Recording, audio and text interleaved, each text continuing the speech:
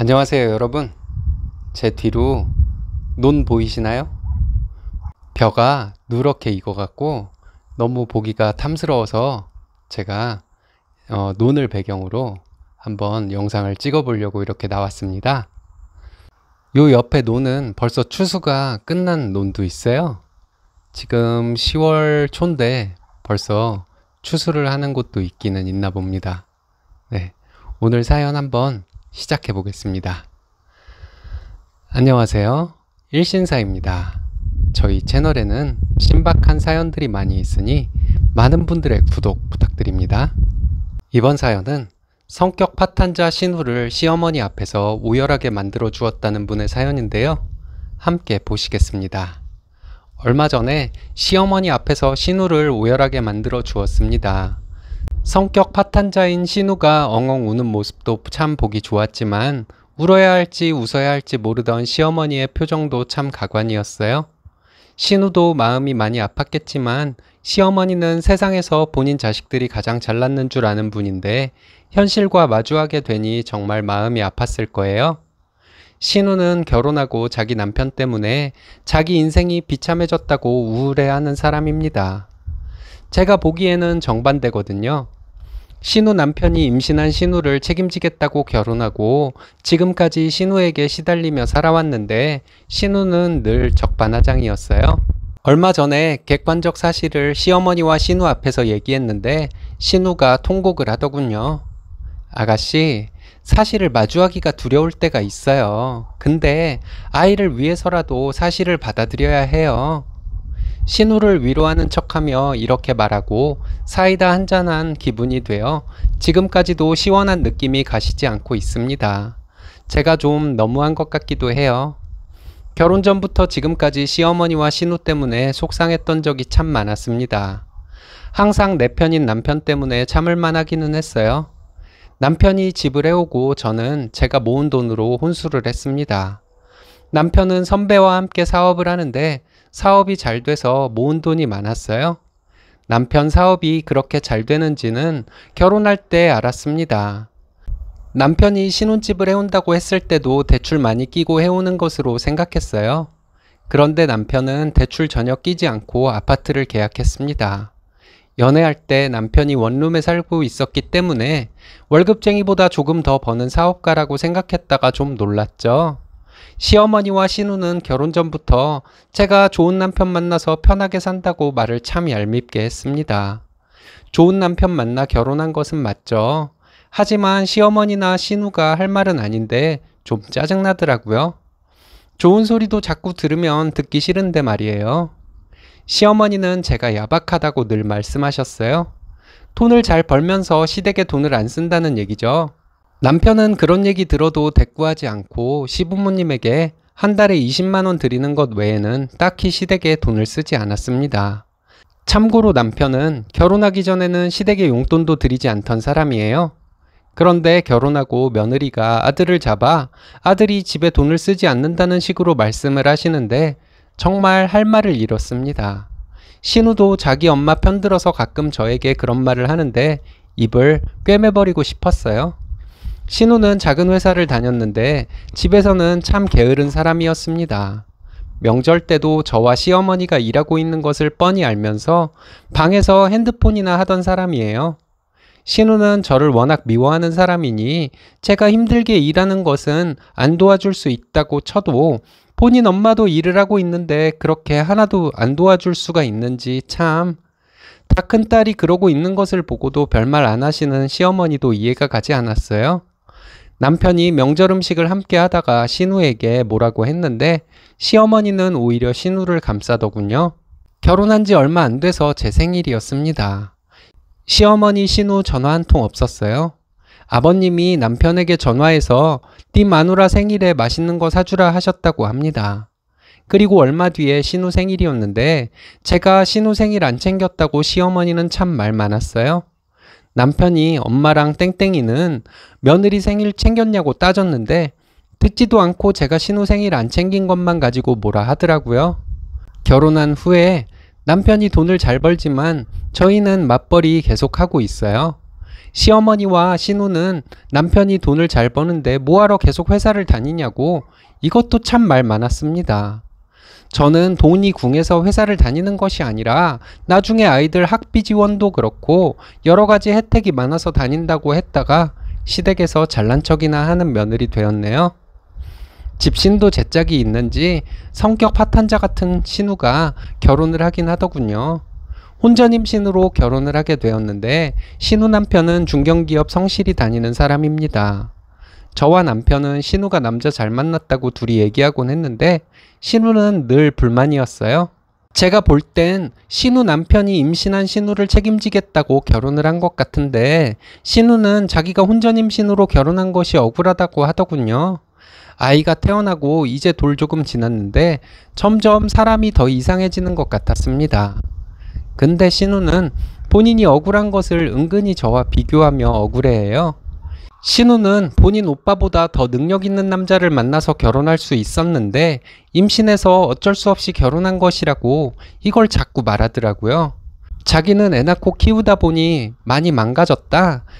자기가 결혼을 안 했으면 하이힐 신고 가방 자주 바꿔 들고 다녔을 것이라고 입버릇처럼 말합니다. 전혀 말이 안 되잖아요. 신우가 돈 많이 버는 직업을 가지고 있던 사람도 아니고 부잣집 딸도 아닌데 말이죠.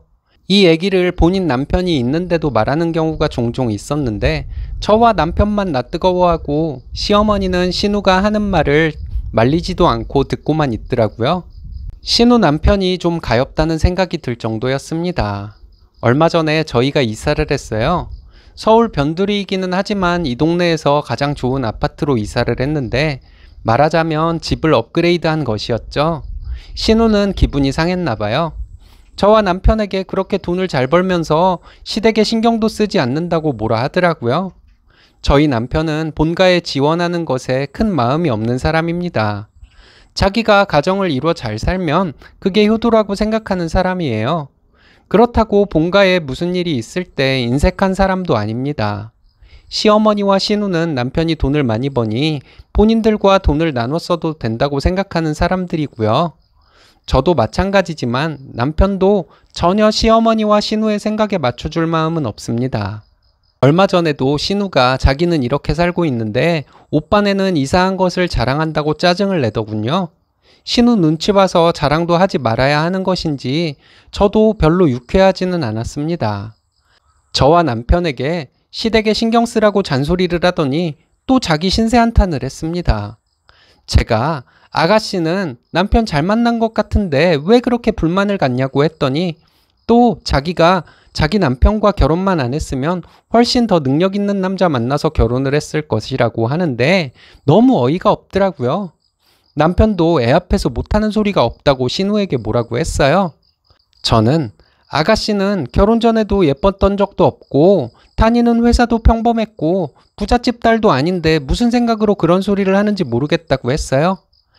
아가씨는 결혼 전에 못생긴 것은 아니지만 꾸미기는 열심히 꾸몄는데 예쁘지도 않고 세련되지도 않았다고 말해줬어요. 아가씨 자꾸 아기 낳고 망가졌다고 얘기하는데 지금이나 그때나 아가씨 몸매가 달라진 것도 없다고 말했고요. 그렇다고 아가씨가 신부감으로 선호하는 직업을 가진 것도 아닌데 왜 자꾸 그런 말을 하는지 이해가 안 간다고 했습니다. 신우는 자기를 무시했다고 버럭 화를 내더니 울더군요. 시어머니는 여자가 남편이 성에 안 차면 신세 한탄을 하기도 하는 건데 제가 말을 잘못했다고 얼른 달래주라고 하셨어요. 그래서 제가 신우가 덜컥 임신을 하는 바람에 인생 힘들어진 것은 신우 남편인데 저렇게 적반하장을 하다가 아가씨 이혼당할까봐 걱정돼서 하는 말이라고 했습니다. 신우 남편은 외벌이로 살면서도 집에 들어오면 아기도 잘 봐주고 집안일도 많이 해준다는데 신우가 불만을 갖는 것은 말도 안 된다고 했어요. 이렇게 얘기했더니 신우는 오열을 하더라고요. 시어머니는 저에게 신우가 아이 낳고 산후우울증이 어쩌고 하시는데 아이가 돌이 지났는데 무슨 산후우울증이냐고 말도 안 된다고 말씀드렸습니다. 그리고 결혼 전부터 신우가 성격이 안 좋고 배려심 같은 것은 전혀 없는 데다가 인생에 불만만 가득하던 사람인데 산후우울증과는 상관없는 것이라고 말했습니다. 그리고 신우에게 아가씨, 사실을 마주하기가 두려울 때가 있어요. 근데 아가씨는 혼자가 아니잖아요. 아이를 위해서라도 사실을 받아들여야 해요. 그래야 아이도 바르게 크죠. 이렇게 말하는데 너무 시원했습니다. 남편도 신우에게 매번 집에 와서 불만을 얘기하면서 가족들 스트레스 받게 하지 말고 앞으로는 너와 매제 둘이 잘 얘기해서 풀어나가라고 하더라고요. 그리고 남편은 시어머니에게도 제 이혼당하는 거 보기 싫으시면 제 이상한 소리 하는 거 받아주지 말라고 했습니다. 지가 결혼하고 인생 망한 것처럼 말하는데 그냥 그렇다고 혼자 우기는 것이고 어떤 부분이 망한 것인지 말하지도 못하지 않냐고.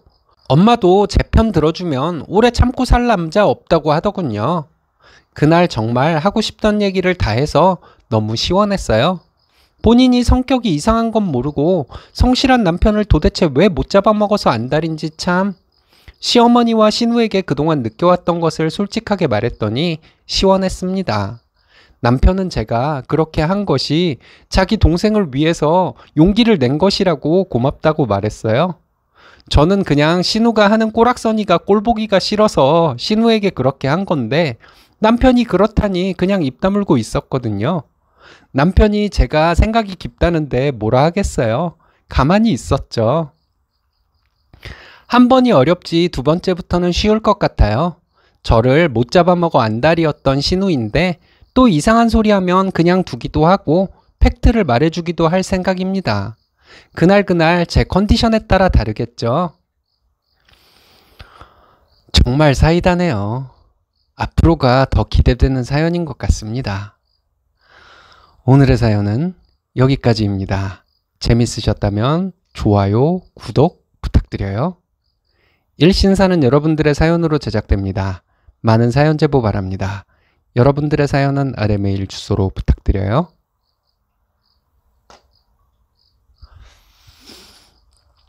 네, 제가 여기 논에 나와서 이렇게 한번 촬영을 해봤는데요. 개가 짖네요. 풀벌레 소리도 들리고 지금 날씨도 지금 딱 좋고요. 오늘은 조금 더운 듯해요. 10월인데 아직도 낮에는 좀 덥네요. 네. 여러분들 환절기 감기 조심하시고요. 내일 또 다른 사연으로 찾아뵙겠습니다. 네, 여러분들 안녕히 계세요. 네, 안녕하세요 여러분. 오늘도 야외에 한번 나와봤습니다. 뒤로 남한강 보이시나요? 뒤로 보이는 물은 남한강이고요. 여기 사람들이 별로 없네요. 코로나 때문에 그런지 제가 외따로 떨어져 앉아갖고 마스크 잠깐 벗고 촬영을 하고 있습니다. 아침 저녁으로 많이 쌀쌀하니까 여러분들 감기 조심하시고요. 네, 야외에서 한번 오늘도 사연 한번 시작해 보겠습니다. 안녕하세요, 일신사입니다. 저희 채널에는 신박한 사연들이 많이 있으니 많은 분들의 구독 부탁드립니다. 이번 사연은 어머니를 괴롭히던 아버지와 친가 식구들을 시원하게 참교육한 멋진 따님의 사이다 사연인데요. 함께 보시겠습니다. 안녕하세요. 제가 20대 중반일 때 제삿날 친가 식구들 앞에서 상을 엎어버리고 난리를 친 적이 있습니다.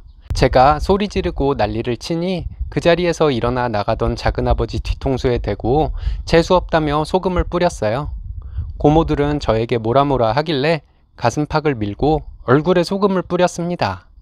재수없는 악귀 같은 것들 당장 꺼지지 않으면 오늘 초상 치를 것이라고 했더니 고모들도 슬그머니 나가더군요. 제 남동생은 그때 자기가 함께 나서주지 못한 것을 지금까지 미안해하고 있습니다. 며칠 전에 친정에 찾아가서 친정아버지에게 또 한 번 난리치고 왔습니다. 지금까지 해왔던 아빠의 막장 같은 행동 또 하면 정말 가만히 안 있을 것이라고 했어요. 작은아빠란 놈과 고모년들에게 지금까지 뜯긴 돈 전부 받아내서 가져오라고도 했어요. 저희 아버지는 제가 이럴 때마다 풀 죽어서 아무 말 못하고 가만히 계세요. 이제는 아빠가 돈을 막 쓰고 다니지 않고 번 돈을 엄마에게 갖다 주고 있으니 엄마에게 아빠를 버리라고 강하게 말하지는 못하고 있습니다. 친정일이라 남편 말고는 누구에게도 속 시원히 말한 적이 없는 얘기입니다. 상담 클리닉에 가서라도 한번 속 시원히 털어놔야지 싶은 생각이 항상 마음속에 있었는데 삶이 바쁘다 보니 안 가게 되더라고요. 친한 친구들에게 얘기를 해봐도 끝까지 들어주는 친구들은 별로 없었어요. 친구들은 제 얘기를 듣다 말고 그래도 부모인데 네가 잘해야지 이런 식으로 조언을 해주기 바빴습니다. 저를 생각해서 친구들이 해주는 말인 것은 알지만 속 시원히 털어놓은 느낌은 아니었어요. 저는 좋은 남편 만나 결혼해서 잘 살고 있는 30대 중반 여자입니다. 저는 최종 학력이 대학교 중퇴이고 오래 다닌 회사에 다니며 살고 있습니다. 늦은 나이에 누구나 알만한 대학 나오고 대기업 다니며 인성도 훌륭한 남편 만나서 행복하게 살고 있어요. 이게 다 친정엄마 덕이라고 생각합니다. 친정엄마는 남편 잘못 만나서 불행한 결혼 생활을 했지만 바르고 성실하게 삶을 살아온 분이세요. 저는 친정엄마가 덕을 쌓아 그 복을 저와 제 동생이 받고 있다고 믿고 있습니다. 동생도 결혼해서 잘 살고 있어요. 동생과 저는 우리가 엄마 덕에 그나마 사람같이 살고 있다고 가끔 얘기합니다. 그리고 엄마를 건드리는 것들은 누구도 용서하지 않을 것이라고 얘기하곤 해요. 저는 실업계 고등학교를 졸업하고 취업을 했습니다. 돈 모아 제 힘으로 대학에 입학을 했다가 아버지가 돈 사고를 치셔서 대학을 포기하게 되었어요. 회사를 다니며 주말 알바를 병행해서 돈 벌고 살다가 남편을 만나 결혼했습니다. 저와 남동생은 어릴 때부터 엄마가 힘들게 사는 모습을 보고 자랐습니다. 고모가 2명이 있고 작은아버지 1명이 있는데 저희 아버지는 장남이에요. 내 얼굴에 침 뱉기이기는 하지만 저희 아버지는 쓰레기 같은 사람이었어요. 바람도 피우고 술도 엄청 좋아하는 사람이었습니다. 안 그래도 아버지 때문에 저희 엄마는 힘들게 사시는 중에 고모들과 작은아버지는 저희 집에 와서 돈을 빌려갔습니다. 아버지는 스스로 버는 돈은 혼자 쓰기도 모자란 사람이면서 본인 형제들에게는 한없이 베푸는 사람이었죠. 엄마가 벌어서 살림에 쓰고 조금 모은 돈을 엄마를 위협해서 자기 형제들에게 돈을 빌려주던 사람이 저희 아버지입니다. 지금도 가끔 저와 동생이 엄마에게 물어봐요. 왜 그렇게 힘들게 살면서 이혼해버리지 참고 살았냐고요. 저희 때문에 그럴 수 없었다고 하시는데 그럴 수도 있고 아닐 수도 있다는 생각이 어느 때인가부터 들더라고요. 엄마는 이혼 후 변화된 삶이 두려웠던 것이 아닌가 하는 생각이 들기도 합니다. 엄마가 이런 쓰레기 같은 친가 식구들과 아빠에게 시달리면서도 이혼하지 않고 사신 이유가 무엇이건 간에 어쨌든 엄마는 저희 남매를 지키시려고 하셨던 것은 사실이니 엄마에게 감사할 따름이에요. 엄마가 아버지와 아버지 형제들에게 시달리며 사는 것을 어려서부터 계속 지켜보며 살았는데 제가 좀 커서는 점점 못 참겠더라고요.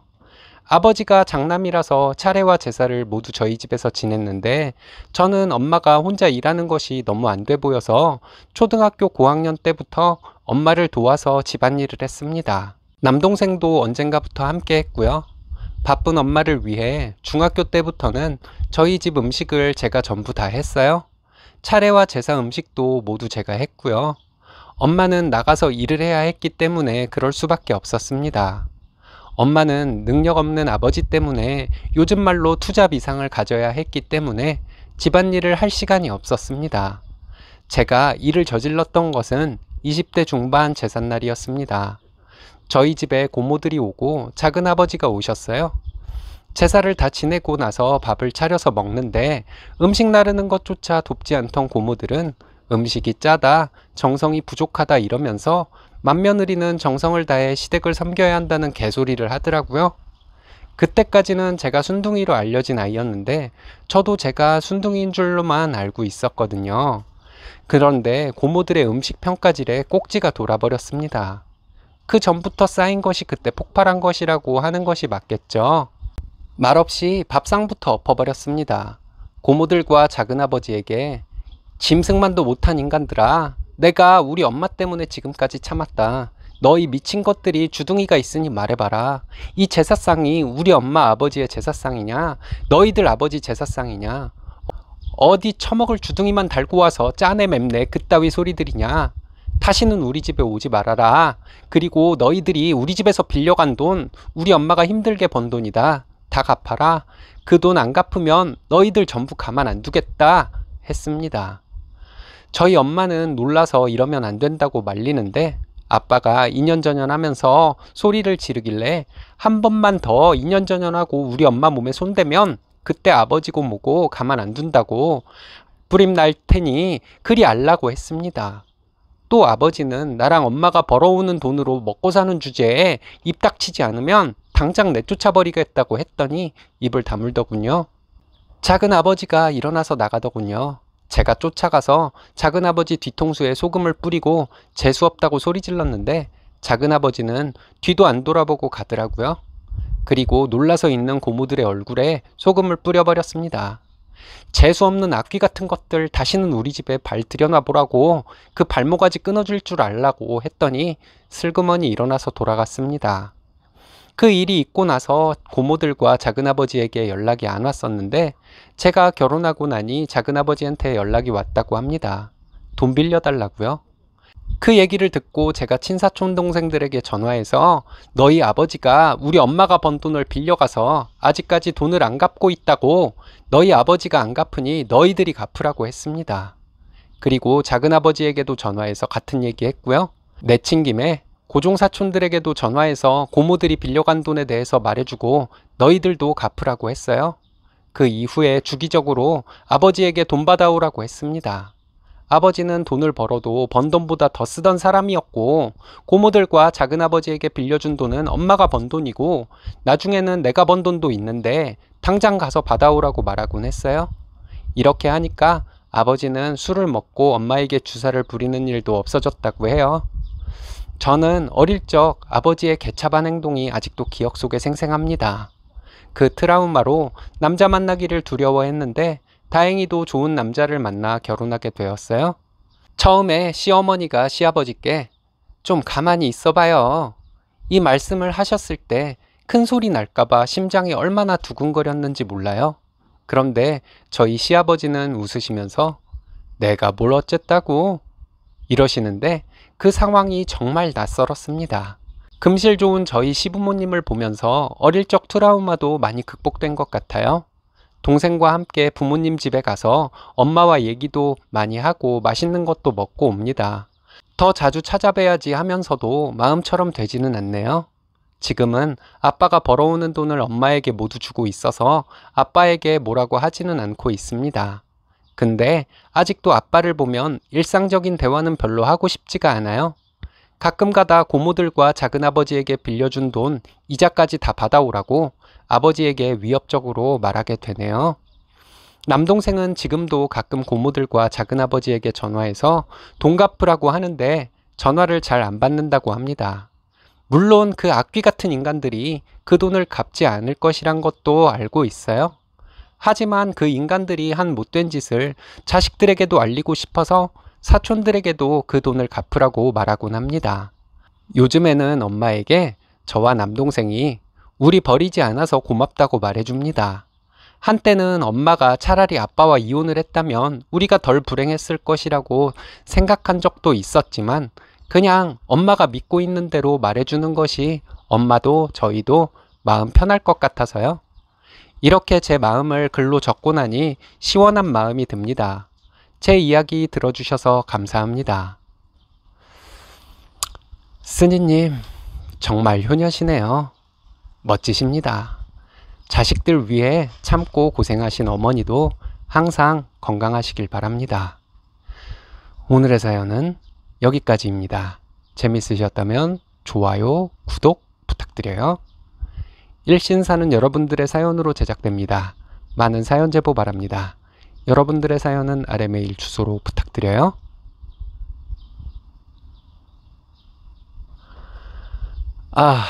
날씨 정말 시원해요, 여러분. 남한강변. 진짜 생각 같아서는 남한강에 뛰어들어서 수영 한번 하고 싶네요. 네, 환절기에 감기 조심하시고요. 네, 내일 또 찾아뵙겠습니다, 여러분. 안녕히 계세요. 안녕하세요. 일신사입니다. 저희 채널에는 신박한 사연들이 많이 있으니 많은 분들의 구독 부탁드립니다. 이번 사연은 며느리를 부려먹지 못해 안달난 시모를 번번이 골탕 먹이는 며느님의 사연인데요. 함께 보시겠습니다. 안녕하세요. 얼마 전에 시어머니가 저에게 소리를 질러서 다시는 시댁에 안 갈 것이라고 말씀드렸습니다. 시어머니는 저에게 너네 부모가 그렇게 가르치디? 이러시길래 어머니는 외할머님이 그렇게 가르쳤어요? 하고 물어봤어요. 어머니는 시집살이 같은 것은 당한 적 없다고 고모님들이 항상 말씀하시던데 평생 주부로 살아오신 분이 도대체 무슨 고생을 하셨다고 매번 그렇게 고생하고 사신 척을 하시냐고 이제 거짓말 그만하시라고 웃으면서 말씀드렸습니다. 시어머니는 말씀하시는 것이 조선시대 사람 같은 분이세요. 항상 남자는 바깥일, 여자는 집안일과 육아를 강조하셨습니다. 저희는 맞벌이를 하는데도 항상 저에게 살림을 가르쳐야 한다고 조바심이 나 있는 분이셨죠. 저와 신랑은 돈도 비슷하게 벌고 집안일도 거의 비슷하게 하며 살고 있습니다. 옛날에는 남자가 돈 벌어오고 여자는 아이 낳고 키우고 집안일하며 살았으니까 며느리에게 시어머니가 살림에 대해 잔소리를 했던 것이었겠지만 요즘은 맞벌이가 대세이니 시어머니의 살림에 대한 잔소리는 아들과 며느리에게 동시에 해야 하는 것이 맞지 않을까요?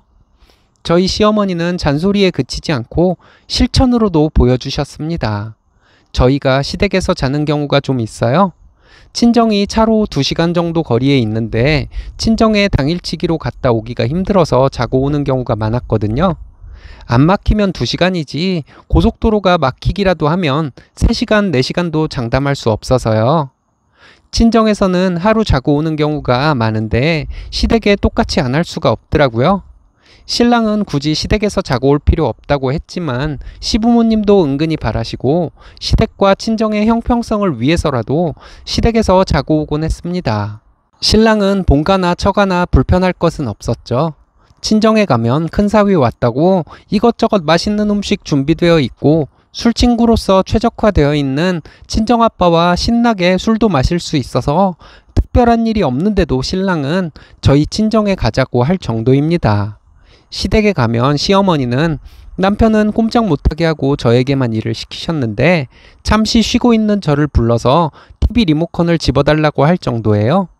이런 시어머니 때문에 저는 시댁에 가면 잠시도 앉아있지를 못했어요. 친정에서는 신랑이 설거지를 가끔 하기도 하지만 시댁에서는 훔도 꾸지 못했습니다. 신랑이 설거지하려고 고무장갑을 끼는 모습을 본 시어머니는 기겁을 하며 내가 아무리 힘들고 아파도 아무렴 내가 아들한테 설거지를 시키겠냐? 하시며 직접 설거지를 하시겠다고 하셨어요. 그게 진심일까요? 결국은 제가 하게 되는 거죠. 시어머니는 항상 아프신 분이세요. 앓는 소리를 입에 달고 사시는 분이신데 트림을 하고도 죽겠다 하시는 분입니다. 옆에서 누가 계속 아프다 아프다 하는 소리 하루 종일 들어본 경험 있으신가요? 정말 노이로제 걸려요. 신랑은 저에게 미안한지 제가 시댁에서 뭐 하고 있으면 옆에 와서 도와주려 하는데 시어머니는 무슨 수를 써서라도 방해를 해서 항상 제가 모든 일을 했습니다. 이런 일로 신랑과 시어머니 사이에 몇 번 말다툼이 있었고요. 시어머니는 아프셔서 누워 계시다가도 신랑이 주방에 있으면 몸을 벌떡 일으켜서 아들이 무슨 일이라도 할까봐 주방에 시찰을 나오셨어요. 얼마 전 주말에 친정에 다녀오는 길에 시댁에 들렀습니다. 시댁에서 하루 자게 되었는데 새벽에 시어머니가 저를 깨우시더라고요. 아무 말씀 없이 저만 흔들어서 깨우셨습니다. 무심결에 신랑을 깨우려고 했더니 걔는 좀 더 자게 두라고 하시더군요. 귀한 아들 깰까봐 그렇게 조용히 저만 흔들어 깨우셨나봐요. 늘상 있던 일이었으니 저는 별로 놀라지도 않았습니다. 그렇게 아침을 먹고 점심에는 시아버지께서 콩국수를 드시고 싶다고 하셨습니다. 시어머니는 신랑에게 마트에 가서 콩물을 사오라고 하시더군요. 국수 면을 사오라는 말씀이 없는 것을 보니 면은 집에서 직접 반죽할 생각이라는 느낌이 확 오더라고요. 그래서 제가 콩국수 할 때 콩물은 이러이러한 것을 사오라고 신랑에게 말했습니다. 일부러 설명을 복잡하게 했어요. 신랑은 못 알아듣는 표정이었습니다. 그래서 신랑에게 내가 마트를 다녀올 테니 밀가루 반죽을 하고 있으라고 했어요. 마트에 가서 콩물도 사고 저희 집 장도 천천히 봤습니다. 중간중간 신랑에게 반죽 다 했냐고 톡으로 물어봤어요. 반죽이 다 끝났다는 톡을 받고 시댁으로 갔습니다. 그날 점심에 결국 저는 아무 일도 안 하고 콩국수 맛있게 먹었습니다. 시어머니께 저녁은 배달 음식을 먹자고 했어요. 시어머니는 바깥 음식을 시아버지께서 못 믿어 하신다고 하시면서 간단히 차려서 먹자고 하셨습니다. 시어머니가 저녁 준비를 시작하셨는데 저는 소파에 앉아서 핸드폰만 하고 있었습니다. 회사에 일이 터져서 회사 사람들이랑 계속 연락을 취해야 한다고 핑계대고 친구들과 톡하면서 있었어요. 그리고 중간중간 회사 동료들과 통화하는 척 하면서 나가서 친구들과 전화로 수다 떨고 들어왔습니다. 제가 회사 일 때문에 정신없다고 하는데도 시어머니는 중간중간 저를 부르려고 했어요. 신랑이 가서 시어머니가 시키는 일 다 하면서 저는 회사에 일이 터져서 정신없으니 부르지도 말라고 했다네요. 시댁에서 처음으로 숟가락 하나 안 놓고 앉아있다가 밥 먹었네요. 시어머니는 굉장히 언짢으신 듯 하셨어요. 제가 밥을 먹으면서 정말 맛있다고 여러 번 말하면서 먹었거든요. 아들만 둘 있는 시아버지는 제가 맛있다 맛있다 하면서 밥을 잘 먹으니 반찬을 이것저것 제 근처에 놓아주셨습니다. 처음에는 시댁에서 제가 제일 어리니까 내가 하자 생각하고 했는데 주방일은 며느리가 해야 하는 것이고 시어머니를 비롯해 아무도 손 하나 까딱해서는 안 된다고 생각하는 시어머니 마인드가 너무 싫었어요. 시어머니 세대의 다른 어머니들에 비하면 누리고 살면 살았지 고생한 것도 별로 없는 시어머니가 본인은 고생을 많이 해서 앞으로는 대접만 받고 살아야 한다고 말씀하시는 것도 정말 싫었고요. 그 뒤로 시댁에 가면 이 핑계 저 핑계를 대면서 일 하나도 안 했습니다. 결국에는 시어머니가 저에게 성질을 내시며 너네 부모가 그렇게 가르치디? 하시더군요. 뭐 때문에 그러시냐고 물었더니 시댁에서 며느리가 다 하는 것인데 제가 안 해서 화가 나신다고 하셨습니다.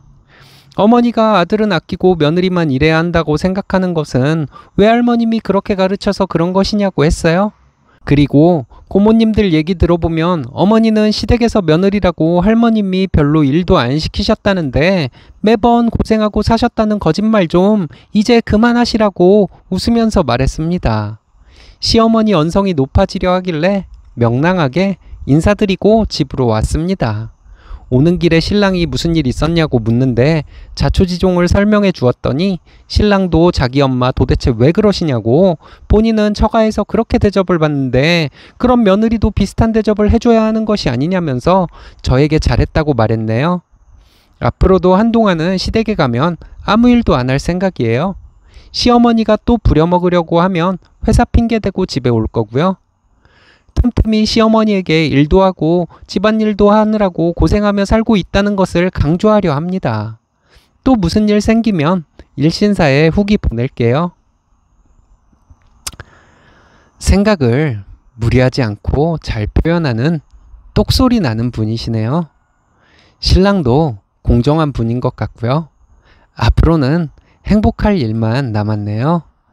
멋지십니다. 오늘의 사연은 여기까지입니다. 재밌으셨다면 좋아요, 구독 부탁드려요. 일신사는 여러분들의 사연으로 제작됩니다. 많은 사연 제보 바랍니다. 여러분들의 사연은 아래 메일 주소로 부탁드려요.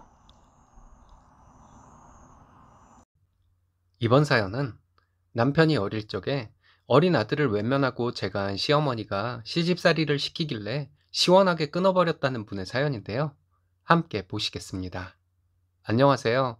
결혼 14년 차 이남 1녀 키우고 이제 막 40대에 합류한 평범하디 평범한 주부입니다. 먼저 제 소개를 자세히 하자면 엄마가 두 분입니다. 얼굴도 모르는 낳아준 엄마, 그리고 가슴으로 낳았지만 훈육이 확실했던 키워준 엄마. 키워준 엄마도 술 먹으면 주사가 심하고 과격한 행동을 일삼는 아빠 때문에 못 참고 저 13살 되던 해에 이혼하시고 본인 인생을 사셨던 분이시긴 해요. 그래도 키운 정이 무섭다고 어쩌다 한 번씩 하교할 때 학교 앞에서 기다리셨다 용돈 주시고 가셨어요. 남편은 12살 때 아버님은 가지고 있던 지병과 사고로 인해 돌아가셨다고 합니다. 아버님 돌아가시고 한 달 조금 지나 어머님이 그 어리디 어린 아들을 집에 두고 도망가셨답니다. 집주인분께서 어린 남편을 챙겨주시다 수소문해서 친할머님께 연락을 드려 할머님께 갔다 합니다. 친할머니 주소로 입적하기 전에 친할머님과 같이 외할머니 댁에 갔는데 엄마 물건은 있는데 나오지 않고 외할머니는 여기서 찾지 말라고 내쫓다시피 하셨대요. 결국 친할머니께서 버려진 손주를 키워주신 거죠. 신랑과 전 친목 모임에서 만나 연애를 하고 결혼 생활을 시작했어요. 결혼 초기에는 모셔야 할 시어머니가 없어 시집살이를 할 일도 없고 신경 쓸 일도 없으니 한결 편했어요. 고아나 다름없는 조카에게 시집와서 고생한다며 남편의 친척 어른들께서 많이 챙겨주시고 실수 하나에도 하하호호 웃으시며 사람이니 실수하는 것이다. 로봇도 아니고 괜찮다. 괜찮다. 하시는 분들이세요. 신혼 때 남편과 연락만 하셨던 시어머니를 처음 뵀는데 첫 대면에 떨떠름한 표정이더라고요. 자기 허락 안 받고 같이 산다고 그런 표정을 지었던 것이죠. 그럼 본인은 누구 허락을 받고 아들 놓고 나가서 재혼을 했는지 남편과 살며 나중에 알게 된 것인데 시어머니가 같이 살던 남자는 사실혼 관계인 세 번째 남자였습니다. 첫 번째는 남편의 아버지이시고 지금 함께 살고 있는 분 이전에 어떤 분과 살림을 차렸던 것이죠. 저는 그 사실에 약간 충격을 받았었습니다. 그럼 두 번째 남자는 누구일까 하는데 같이 산지 6년 만에 후두암으로 돌아가셨다고 들었습니다. 네, 세 번째 남자까진 이해를 했습니다. 어머님도 기구한 팔자구나 했죠. 첫째를 임신하고 출산일이 다가오니 시어머니가 직접 산후조리를 해주신다고 오셨는데 전 기함을 하면서 거절하는 뜻을 남편에게 주장했건만 남편은 돈도 아끼고 본인 엄마가 오면 편하다는 막말을 슈팡. 집에 온 지 딱 일주일째 일이 터졌죠. 시어머니는 제 두 명의 엄마 제사를 지낼 필요가 없다는 막말을 하더군요. 시어머니가 말하는 그 이유는 저를 낳아주신 엄마는 날 버렸기 때문이고 키워준 엄마는 피 한 방울 안 섞인 남이라서 그렇다나요?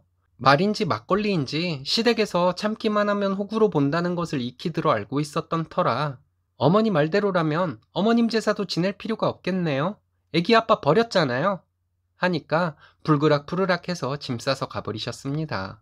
저는 첫째와 연년생으로 둘째를 낳았는데 둘째 임신 중 첫 아이 돌잔치에 와서는 또 둘째가 딸인데 딸은 시집 보내면 끝이라는 둥 쓰잘데기 없다는 둥 하길래 이 좋은 잔칫날 뭐 하는 짓이냐고 그러는 어머니는 딸 아니냐 어머니 낳고 미역국 드신 외할머님이 불쌍하다 이렇게 말해버렸습니다. 그랬더니 또 가버리시더군요. 그때 친정엄마와 큰이모 외삼촌들도 오셨는데 엄마는 돌반지와 딸내미 옷 사입으라고 봉투를 주시고 가셨어요. 봉투를 열어보니 20만 원이 들어있었습니다. 시어머니는 식대값에도 못 미치는 2만 원 꼴랑 주고 가셨습니다. 일용직으로 겨우 생계 유지하는 엄마인데 우리 엄마한테는 그 20만 원이 정말 큰 돈이라는 것을 알고 있기에 큰이모에게 부탁해서 언니가 동생 용돈 주는 척 좀 해달라고 부탁했습니다. 그리고 엄마가 20만 원을 넣어서 주신 봉투에 30만 원을 더 넣어 50만 원이 든 봉투를 큰이모가 엄마에게 주시도록 했습니다. 이모와 외삼촌들도 제가 피 한 방울 안 섞인 조카지만 기특하게 잘 컸다며 뿌듯해 하셨어요. 친정에선 둘째 임신 중에 첫애 케어하는 것도 힘든데 첫단 시험니 둬서 걱정이 된다고 늘 말씀하셨습니다.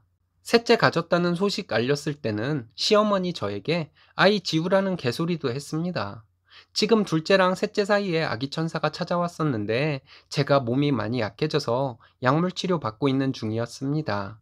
아기 심장 소리도 안 좋고 제가 먹던 약 중에 아기에게 악영향을 주는 약 성분이 포함되어 있어 힘들게 그 아이를 보냈었습니다. 그런데 그걸 들먹이며 시어머니는 셋째를 지우라는 천인공노할 소리를 하더군요. 그 뒤로도 많은 일들이 있었지만 사연 읽어주시는 캐스터분 밥 먹을 시간조차 없을까봐 각설하고 시어머니는 세 번째 같이 살던 남자와 싸우고 저희 집으로 온 적이 서너 번 있어요. 지금은 정말 기본 중에 기본만 하고 살고 있지만 그 당시에는 그렇지 않았거든요. 그래서 함께 사는 분과 싸우면 저희 집으로 자꾸 오시는 시어머니께 적당히 좀 하시라고 했습니다. 그랬더니 미안하다고 하시면서 자식이라고 온 쟤밖에 없는데 어쩌냐고 불쌍한 척을 하셨어요.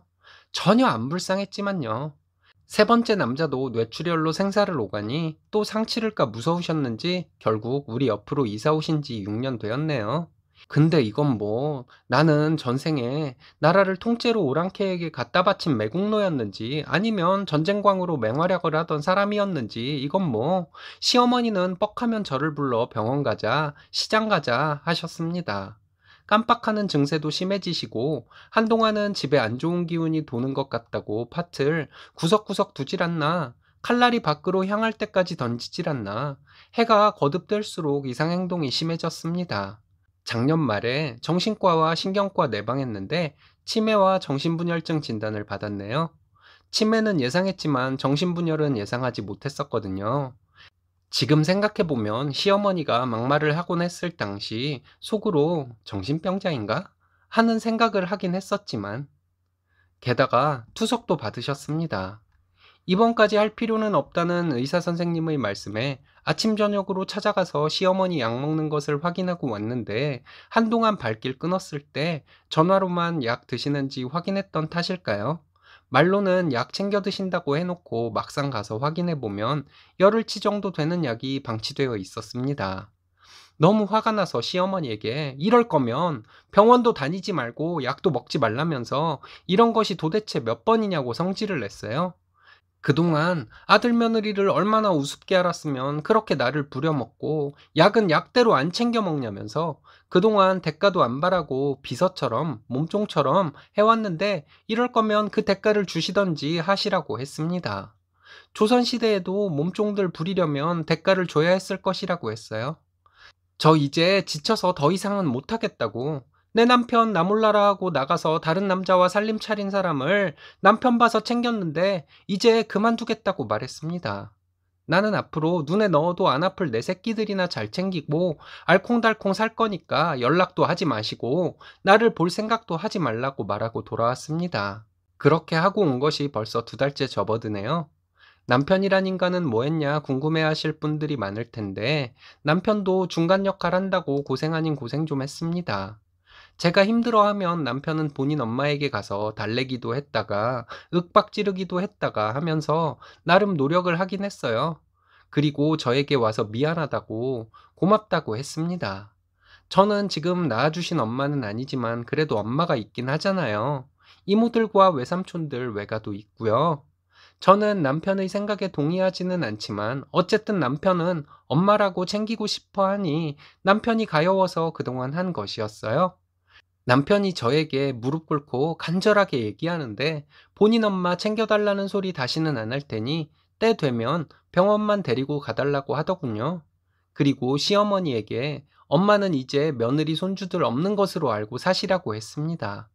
그랬더니 그렇게 기고만장하던 시어머니가 조용해지더군요. 그런 일이 있고 나서 남편 얼굴에 그늘이 짙게 깔려 있어서 보기 좀 그렇지만 시어머니 때문에 드리워진 그늘이라 제 힘으로는 어쩔 수가 없네요. 시어머니 문제를 제외하면 먹고 살기 바빠서 그렇지 여느 집과 다름없이 웃음소리 끊이지 않는 집이 저희 집입니다. 저와 남편이 엄마 없이 자라서 화목한 가정이라는 것을 모르고 살았는데 저희 나름 화목하게 살고 있습니다.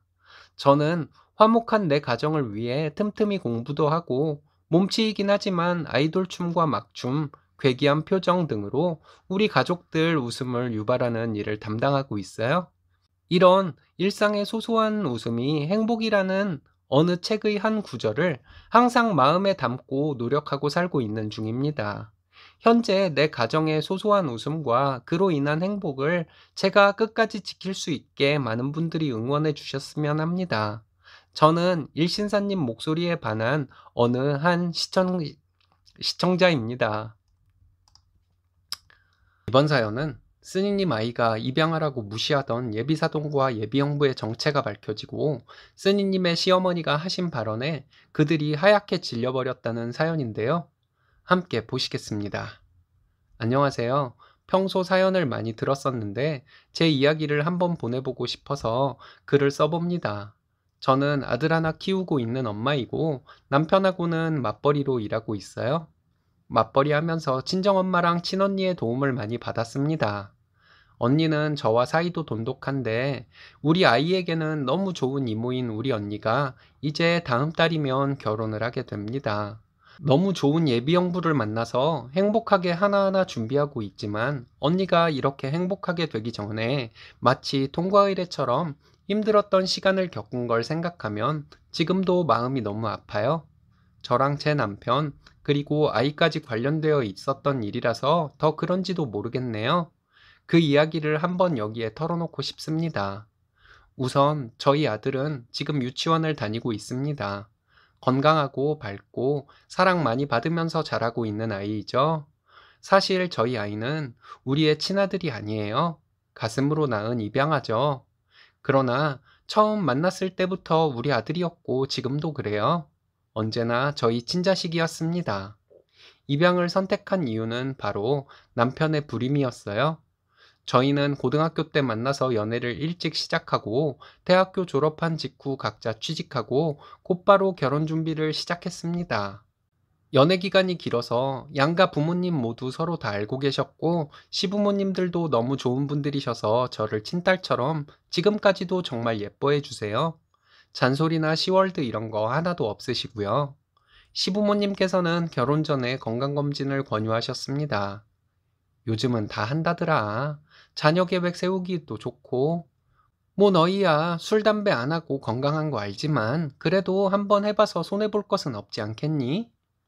이렇게 말씀하시며 아버님께서 비용을 내주신다고 하셔서 별 생각 없이 그러겠다고 하고 나란히 병원 가서 검사를 받았습니다. 그런데 충격적인 결과가 나왔어요.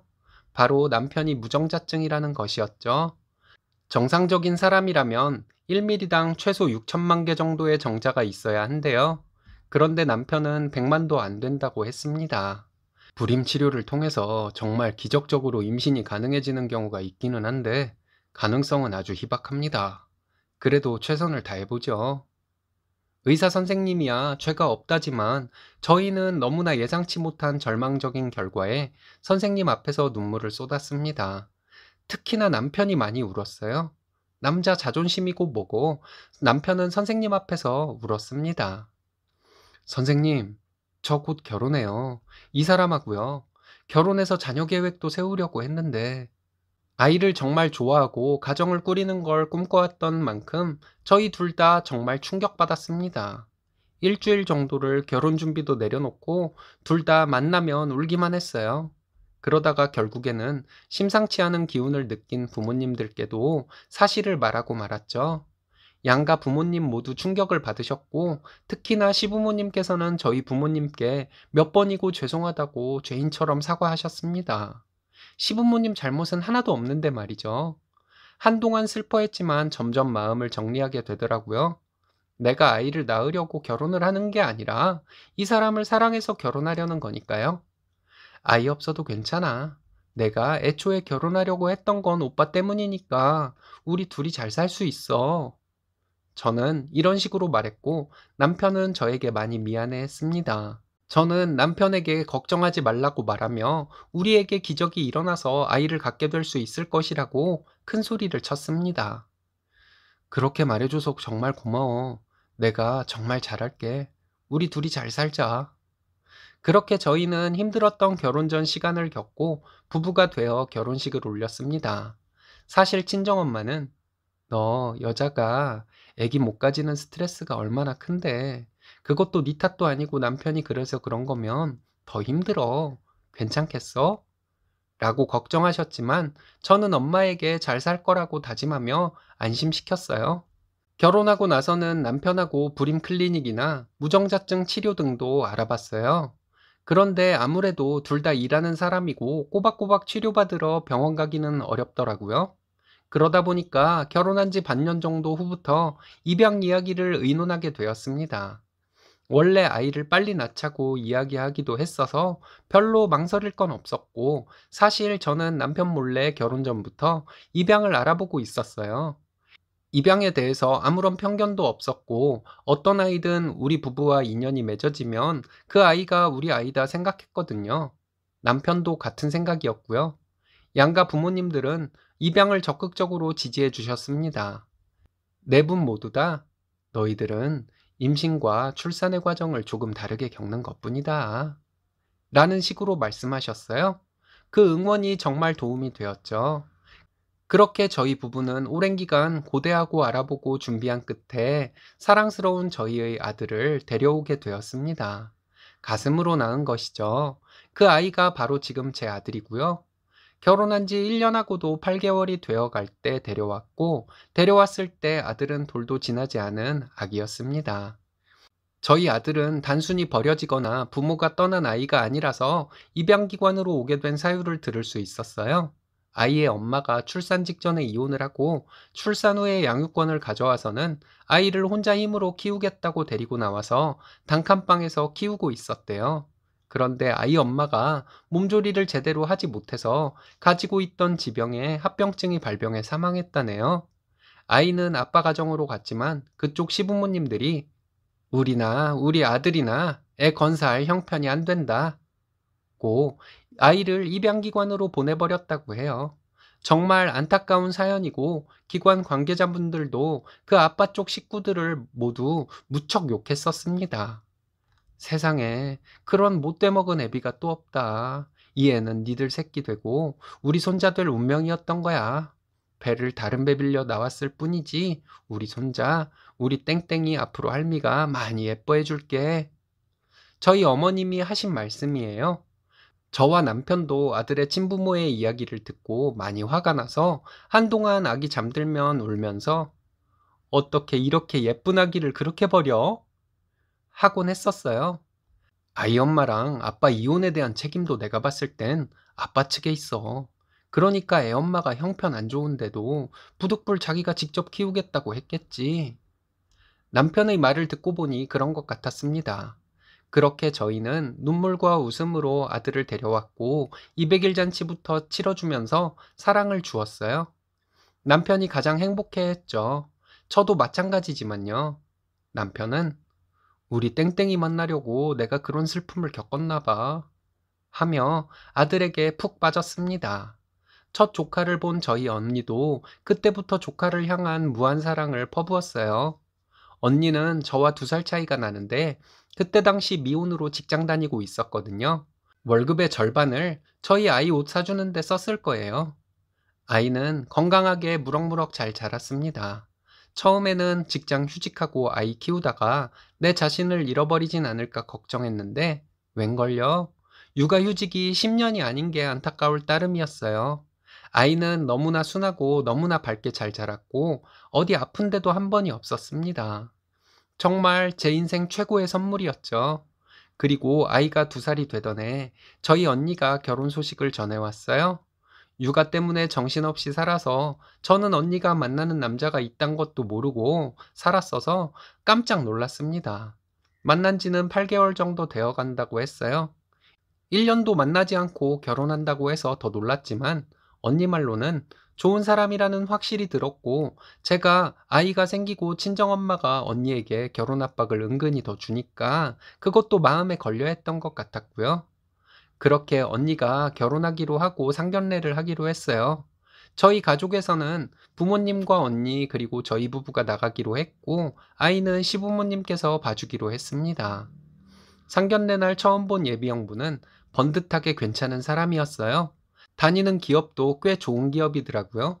매너도 좋고 언니한테도 잘 대해주고 하는 걸 보면서 연애 기간이 그렇게 중요하지는 않을지도 모른다고 생각했습니다. 상견례 분위기도 좋았어요. 언니의 예비 시어머님이 그 말을 꺼내기 전까지는요. 아니 그럼 애를 입양한 거예요? 애를 못 가져서? 네, 좀 그렇게 됐어요. 그래도 저희 아들이고 저희 배 아파 낳은 자식이나 다름없는 저희 아이예요. 아니 무슨 병력 있는지도 모르는 남의 집 애를 그렇게 데려다 키워? 그때부터 남편도 저도 화가 나기 시작했고 주위에서도 다들 사돈 어르신을 말렸어요. 언니 얼굴도 점점 빨개지고요. 그러나 그분은 멈추지 않았습니다. 젊은 부부인데 돈 좀 쓰더라도 불임 치료를 받던가 해서 임신해서 낳고 그 애는 다시 돌려놔요. 내가 다 걱정해서 그러는 거야. 정말 그 말 들었을 때는 잘못하다가는 남편이 일이라도 칠 것 같아서 너무 걱정했는데 다행히 잘 참더라고요. 그렇게 상견례 자리는 저와 남편에게 최악의 자리로 남았고 그날 밤 집에 돌아와서 둘이 손잡고 많이 울었습니다. 그래도 이겨내자. 입양이라는 게 아직 우리나라에서는 그런 건가 봐. 우리 자식이고 우리 아들이잖아. 우리가 사랑해주고 잘 키우면 돼. 그렇게 얘기하면서 아들에게 더 사랑을 주자고 결심했습니다. 그래도 그 말들이 비수처럼 꽂혀서 한동안 마음이 너무 힘들고 그러다 보니까 몸도 영향을 받아서 저는 몸살에 걸리고 말았어요. 언니는 제게 전화해서 언니가 너무 미안해. 대신 사과할게. 언니가 꼭 사과 받아줄게. 최선을 다해서 노력할게. 라며 죄인처럼 말했습니다. 마음 같아서는 그런 시모 며느리 되어봤자 언니 인생도 종칠 거라고 말하고 싶었지만 그래도 언니의 결혼이니까 괜히 오지랖 떨기는 싫어서 참았어요. 언니하고까지 사이가 틀어지고 싶지는 않았거든요. 몸살 걸린 저를 대신해서 손자를 돌보시려고 어머님이 저희 집으로 오셨습니다. 어머님은 제 표정을 보시고 단순한 몸살이 아닌 걸 눈치채신 것 같았어요. 계속 무슨 일 없었냐고 물어보셨거든요. 그 물음에 결국 저는 울음을 터뜨리면서 상견례 날 들었던 그 말들을 털어놓았습니다. 아니 무슨 그런 뻔뻔한 옆엔 내가 다 있어? 세상에 어디 감히 남의 집 귀한 손자를 그딴 식으로 싸잡아 욕해? 병력은 무슨 병력? 지 주둥이가 병력이 화려한 것 같구만. 어머님이 펄펄 뛰시면서 화를 내주셔서 그래도 마음이 조금 시원했습니다. 저게 사돈처녀 청첩장이지? 어디 그 뻔뻔한 여자 이름 좀 보자. 얼마나 대단한가? 그렇게 한참 청첩장을 들여다보시던 어머님은 갑자기 눈을 가늘게 뜨시더니 고개를 갸웃거리셨어요. 이상하네. 왜 이렇게 이름이 낯이 익지? 사돈 어르신 성함이요? 응. 사돈이라는 사람 이름도 그렇고 사돈처녀 신랑 될 사람 이름도 왠지 들어본 것 같은데. 모르겠네. 어머님은 고개를 갸웃거리시다가 이내 다시 언니 시모를 욕하시면서 아이를 챙겨주셨습니다. 그렇게 그날은 어머님께 신세지고 아이를 맡겼었어요. 그로부터 시간이 지나서 어느덧 언니 결혼식이 한 달도 남지 않게 되었습니다. 저는 여전히 사과는 못 받은 상태였고 그러다 보니 괜히 언니하고도 연락이 뜸해지더라고요. 미안했죠. 언니 잘못도 아닌데. 그날도 아이를 돌보다가 놀이터 가서 잠깐 놀아주고 집에 돌아와 오후 간식을 먹이고 있었습니다. 갑자기 현관문에서 쾅쾅 소리가 났어요. 문을 열어보니까 어머님이 다급한 얼굴로 서 계셨습니다. 그리고 옆에는 처음 뵙는 아주머니 한 분이 서 계셨어요. 어머님, 무슨 일이세요? 어서 들어오세요. 예, 큰일 났다. 사돈처녀 결혼을 막아야 해. 에? 무슨 말씀이세요? 진정하고 말씀해 보세요. 어머님과 같이 오신 그분은 어머님의 여고 동창으로 어머님과는 깊은 친분을 유지하고 계신 친구분이셨습니다. 그 친구분은 어머님의 가방에서 무언가를 꺼내셨어요. 바로 언니의 청첩장이었죠. 이놈, 이 자식, 사람 못될 놈이야. 절대 결혼시키면 안 돼. 손까지 부들부들 떠시면서 말씀하시는데 정말 깜짝 놀랐네요. 더 놀라운 건 그분이 갑자기 저희 아들을 보시더니 달려오셔서 꼭 끌어안고 눈물을 흘리시는 거였어요. 우리 손자인데. 어르신, 무슨 말씀이세요? 손자라니요?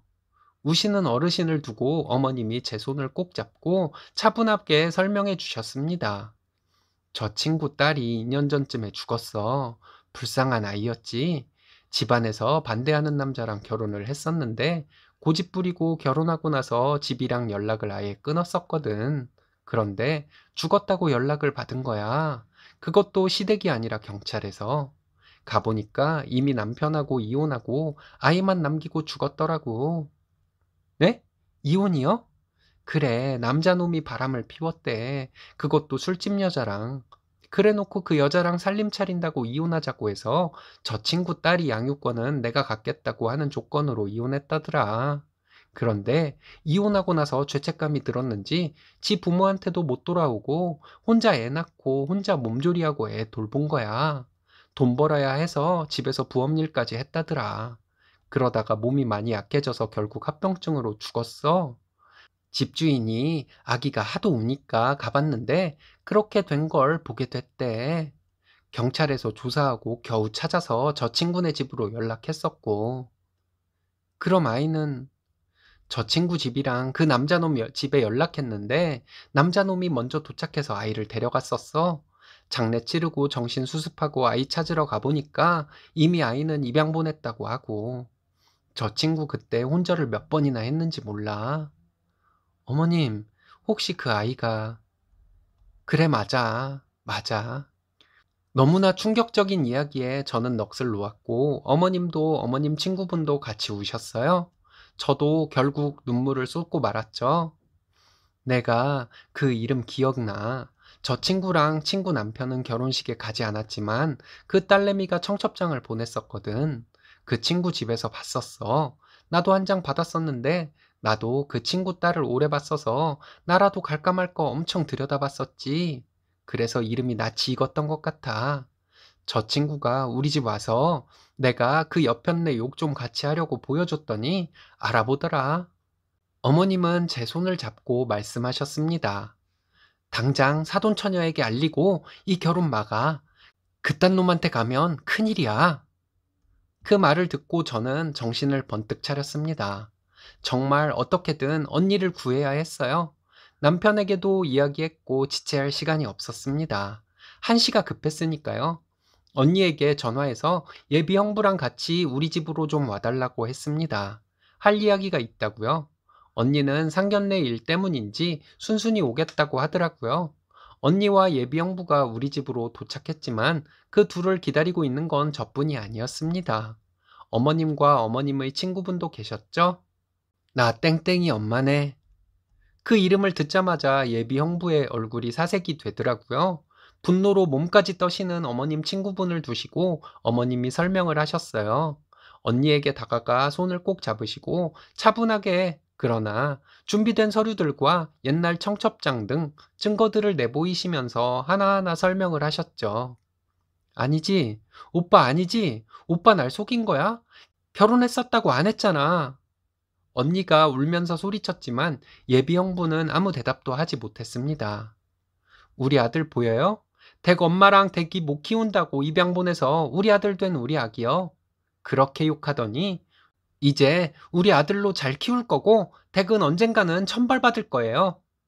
언니는 어머님 친구분이 간직하고 계시던 죽은 따님의 옛 청첩장을 보고 손을 부들부들 떨면서 예비 형부의 뺨을 내려쳤습니다.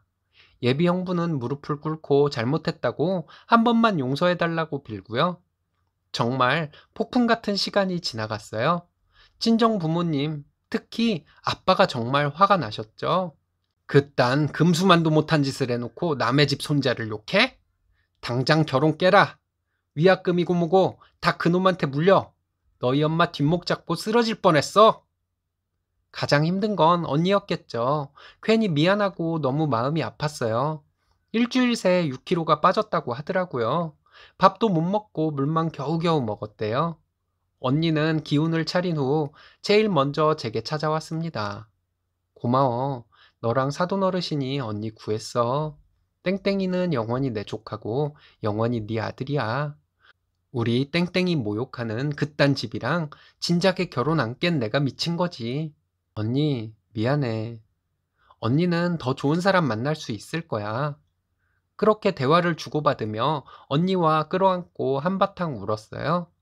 웨딩홀, 웨딩드레스, 집이랑 가구 등 취소하고 위약금 물어야 할 게 상당히 많았지만 죄다 예비 형부의 몫이었습니다.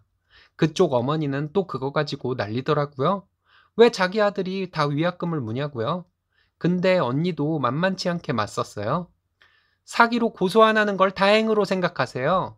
그리고 우리 조카 모욕한 거 명예훼손으로 고소해버리고 저 인간 과거랑 저 인간이 우리 조카를 어떻게 버렸는지 다 까발려서 세상 사람들 다 알게 되는 수 있으니까 앞으로 사는 내내 뒤통수 조심하시고 사시는 게 좋을 거예요.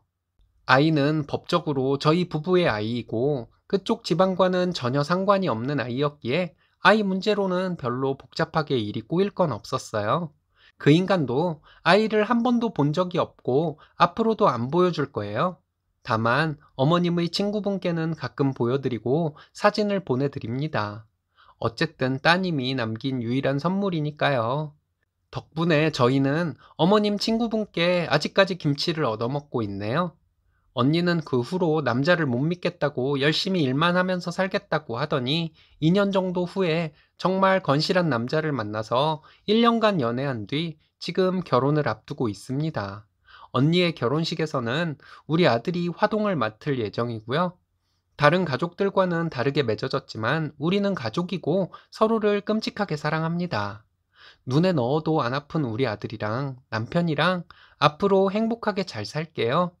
이야기 들어주셔서 감사합니다. 는 갑질과 괴롭힘을 일삼던 남편의 직장 상사를 회사에서 잘리게 만들고 그 업계에서 발도 못 붙이게 만들었다는 여장부 같은 분의 사연인데요. 함께 보시겠습니다. 그동안 파트원들 괴롭히고 회사에 패 끼치느라 수고하셨습니다. 우리 다시는 만나지 맙시다. 남편의 회사 직장 상사였던 사람이 회사를 떠나면서 남편에게 작별 인사를 할 때 그 사람에게 남편이 한 말이랍니다. 며느리가 받는 고통에 공감을 못하고 그 괴롭힘이 더 치밀해지는 소시오패스 같은 시댁 식구들 얘기를 많이 듣곤 합니다. 그런 사람이 직장 상사로 있으면 사람 여럿이 고통받더군요.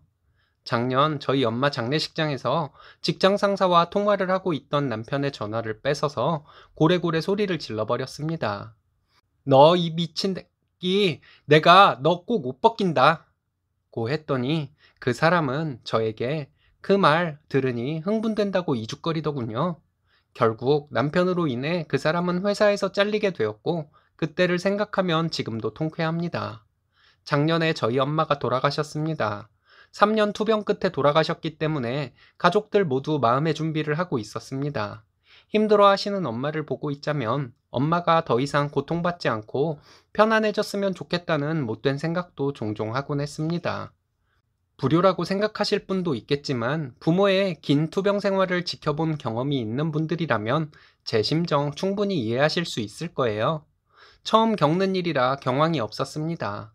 언니가 미혼이라 제 신랑은 아들로서 장례식장을 든든히 지켜주었습니다. 시국이 시국인지라 문상객들이 많지는 않았지만 음식 대접하랴 이것저것 신경 쓰랴 정말 정신이 없었습니다.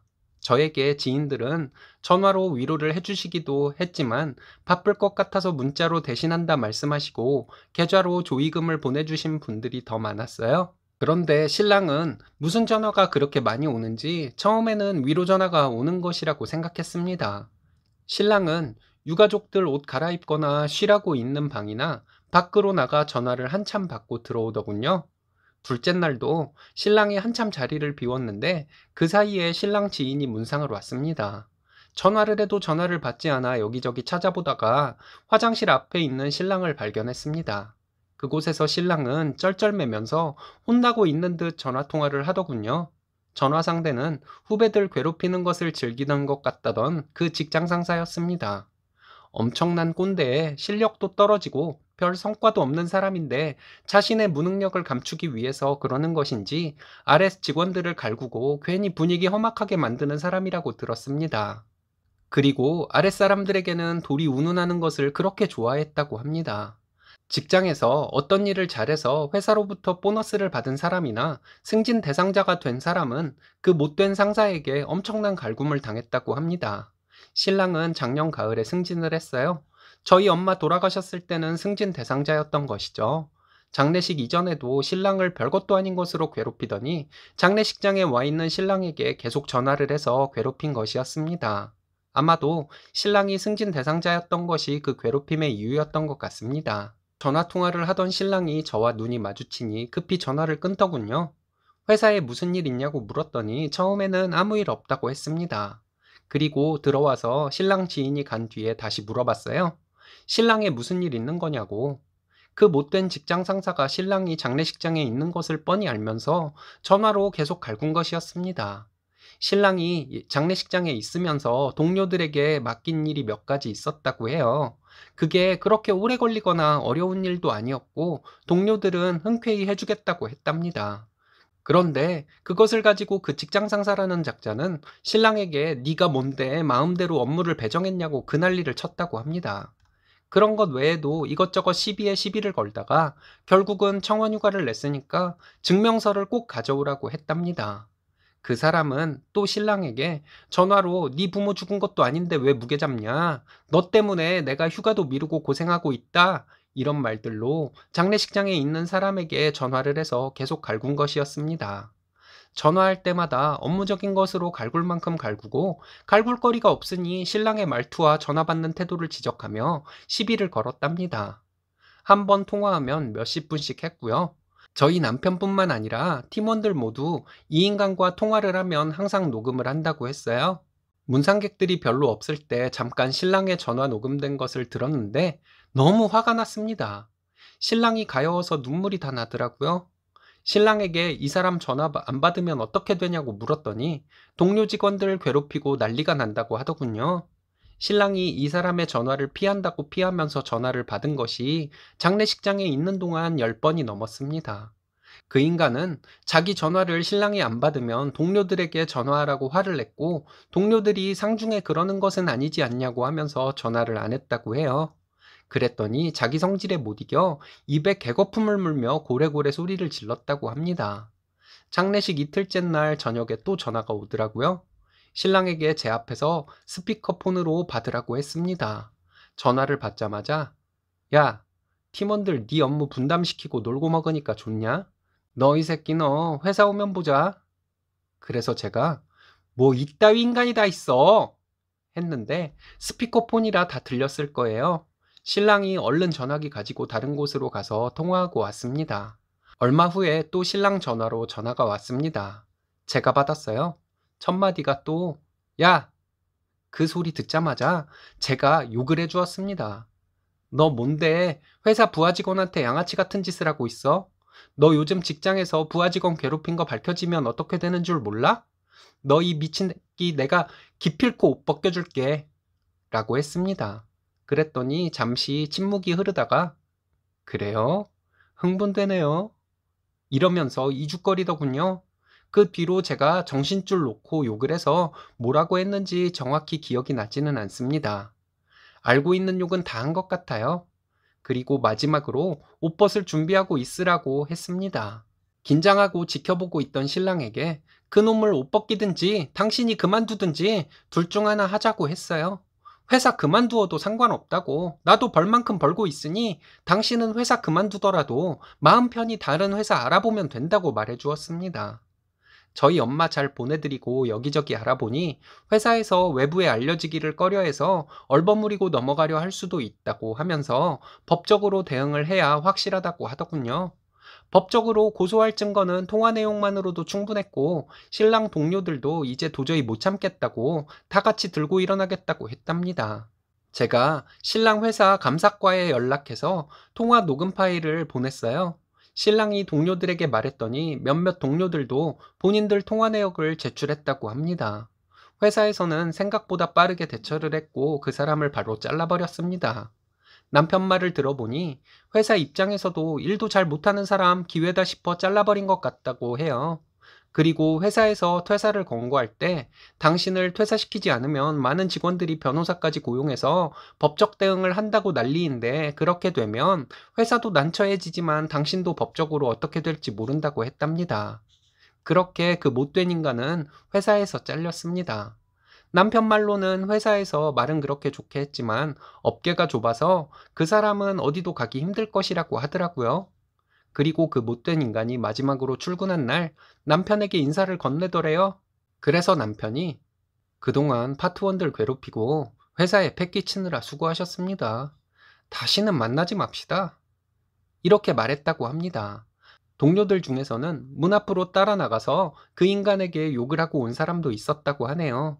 신랑이 그 인간에게 당해온 것을 생각하면 이 정도로는 분이 다 풀리지는 않지만 그 인간은 밥줄이 완전히 끊긴 것이나 다름없으니 그런 대로 넘어가려고 했습니다. 그런데 신랑은 그 후에도 자꾸 그 인간에게 당했던 것이 언뜻 생각나서 화가 치밀어 오르곤 한다고 말하더라고요. 그래서 신랑은 그 인간이 퇴사한 후에도 전화를 몇 번 해서 욕을 하며 만나자고 했답니다. 만나서 그냥 끝장을 보자고 했대요. 너 같은 인간은 이 세상에 있으면 안 된다고 하면서요.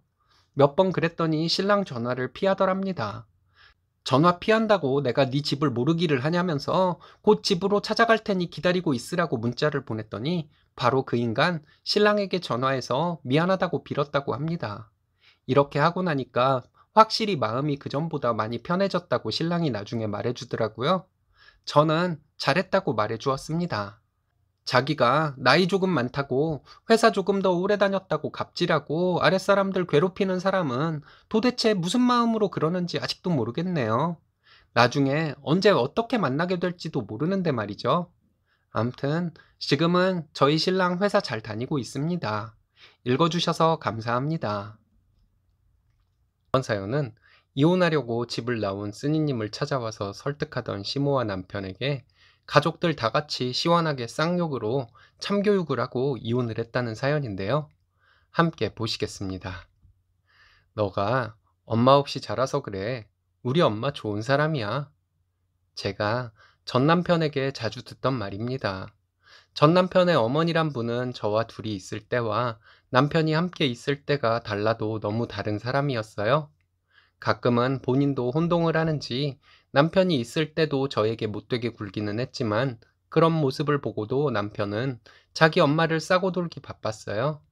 저는 부모님이 안 계십니다. 초등학교 들어가던 해부터 부모님 없이 살아왔어요. 하지만 저에게는 고모와 고모부가 있었습니다. 부모 없이 자라면서 서름이 전혀 없었다면 거짓말이겠죠. 사춘기 때는 별것도 아닌 것을 가지고 이것이 부모가 없어서 받는 서름이구나 하는 생각이 들었던 적도 있습니다. 하지만 지나서 생각해보니 그런 일들은 친부모 밑에서 자란 사람이어도 겪을 수 있는 일들이었고 사춘기에 예민하다 보니 그런 생각을 했던 것을 알게 되었어요. 저는 학교 갔다 와서 그날 학교에서 있었던 일을 얘기할 엄마가 있었습니다. 고모라 부르긴 했지만 자상한 엄마처럼 제 얘기를 전부 들어주시고 저와 도란도란 수다 떠는 것을 좋아하시는 분이세요. 고모부는 퇴근길에 통닭을 사가지고 와서 항상 저에게 다리 하나를 제일 먼저 건네주셨습니다.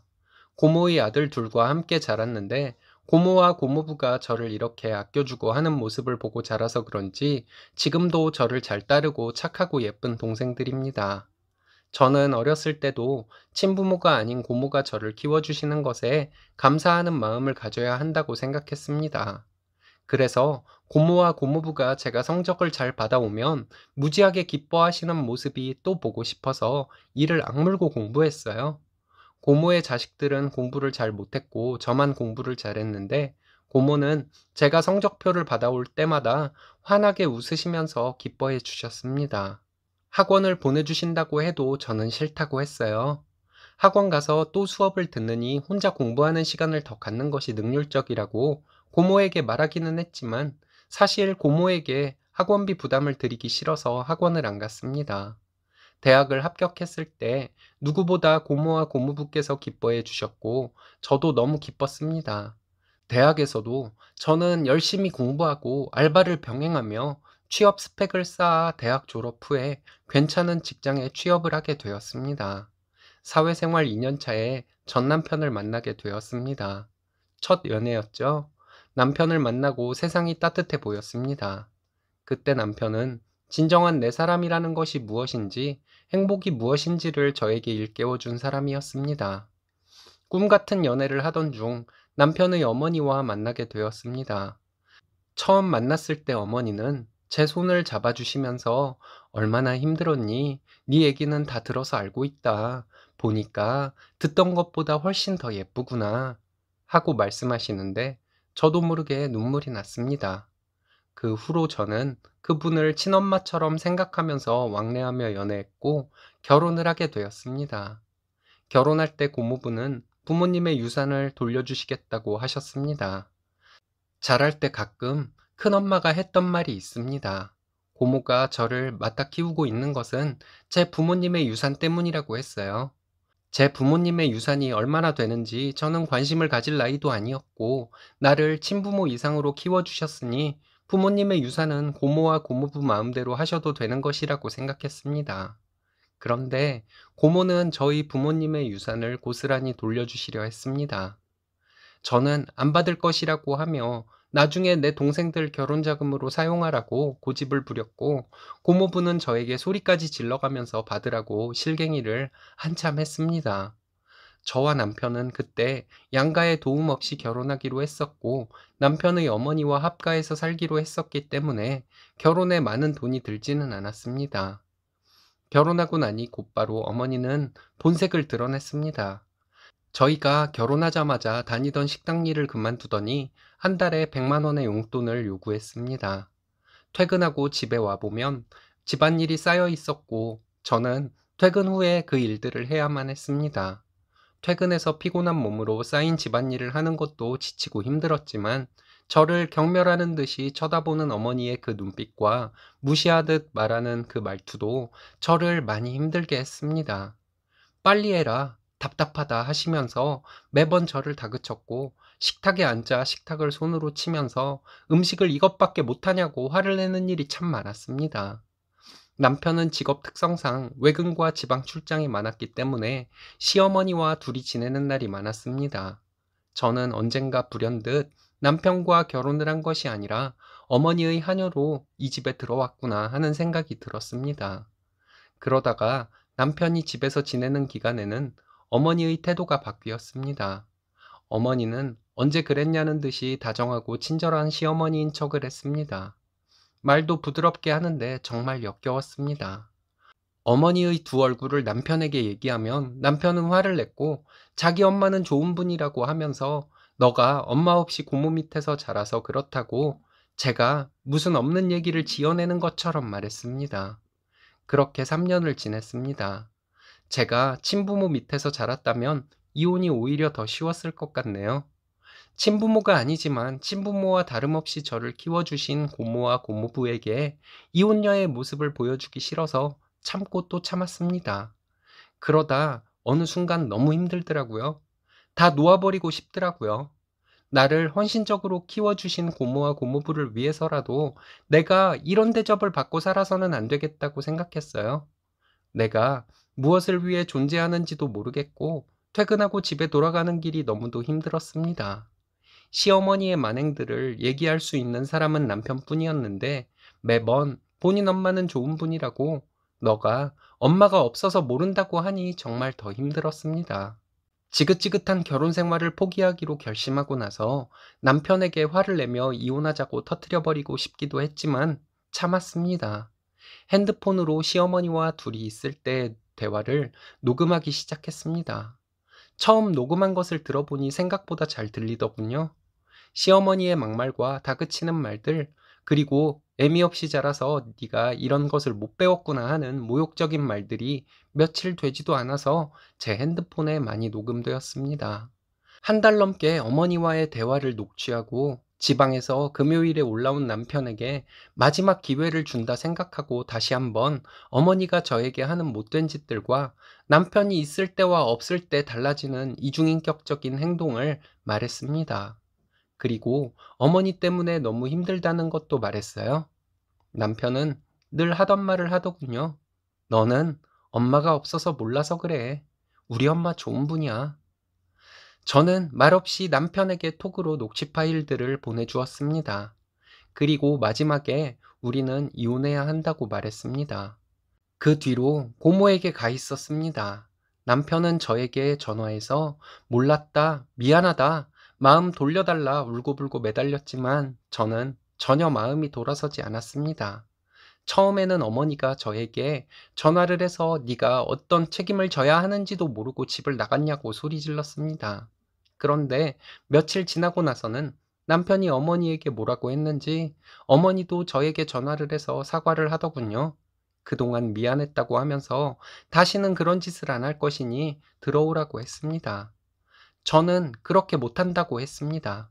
남편이 이혼해주지 않으면 어머니와 대화 내용 녹취한 것을 가지고 소송이혼이라도 할 것이라고 말했습니다.